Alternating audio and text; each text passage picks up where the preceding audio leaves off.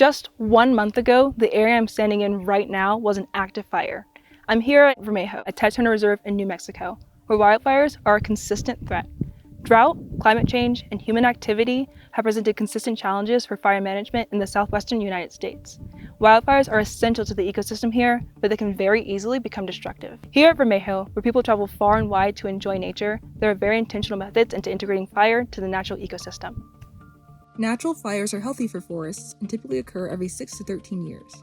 These fires are often low intensity and easily contained without human intervention. Multiple factors can cause fires to burn out of control or more destructively than they otherwise would. Forest mismanagement also plays a role. History will tell us today that we made some decisions that weren't actually the best for the health of the forest. And so for over a century, a strategy that we used was to put out all forest fires. Through that management, what happened is slowly our forests became denser and denser.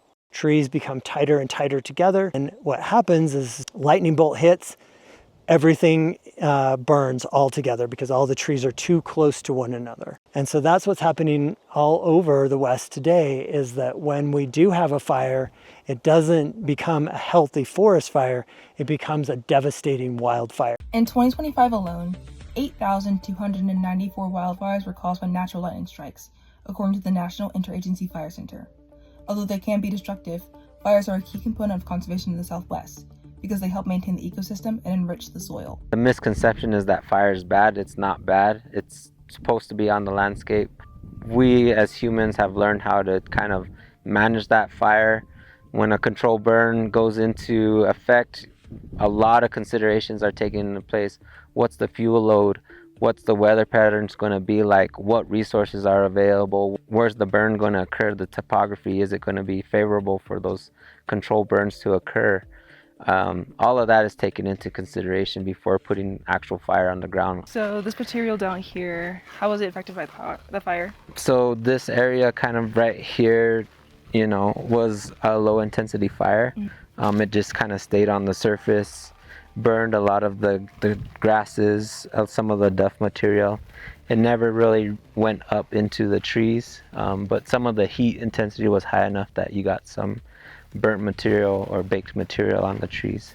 At Vermejo, conservationists are doing their part to mitigate years of mismanagement. One of the ways that they do this is through logging. The logging does is it goes into we go into an overly dense forest that's way too thick of really small trees because they're just too crowded, and we open up that stand and create that structure that makes the forest ready for the next lightning strike and the next fire. That can set it into a pattern in the future where we can get those frequent fires back and it can be beneficial. The reality is, fire is never too far away from any of us, especially with climate change driven drought. While Planet Forward was at Vermejo, 3 separate wildfires rocked the ecosystem. They were extinguished by Vermejo's volunteer fire service and state resources. Since Tuesday, we've had 3 different fires. The first one was called in Tuesday evening at about 6 o'clock, and we stayed out there till about midnight. And then we went back on Wednesday, and then we ended up getting a call for another fire out in the Colorado portion of Vermejo. Today we just got back from our 3rd fire in 3 days. Every fire is always different. Obviously, if we can get the tools that we need to the fire, depends on where the location. Sometimes it's a hike in and we have to use hand tools and what they call backpack pumps and suppress it that way. Despite its benefits, fires aren't allowed to burn at Vermejo this year because of drought. Given the type of year that we have this year, it's been extremely dry. Early summer and spring, so that we are kind of on a 100% containment.